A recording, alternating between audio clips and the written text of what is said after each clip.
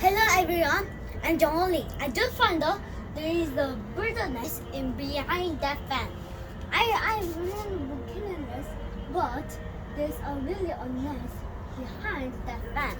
But it just could get bigger and bigger, and bird is keeping feeding their babies.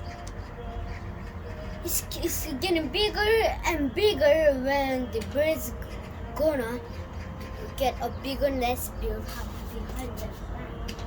It's a real nest. And the bird is chirping and it's on the fan. It's gonna feed their baby birds. It's called in Korean gachis.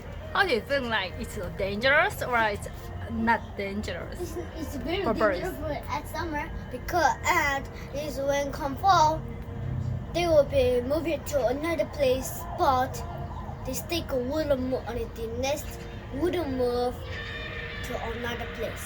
How do you think it'll be when the summer comes, the people turn on the air conditioner and then the fan sounds like the loud noise. So there's electricity strip behind the fan, but there's bit of nest, so a little bit cutting, so the stress between and just the bird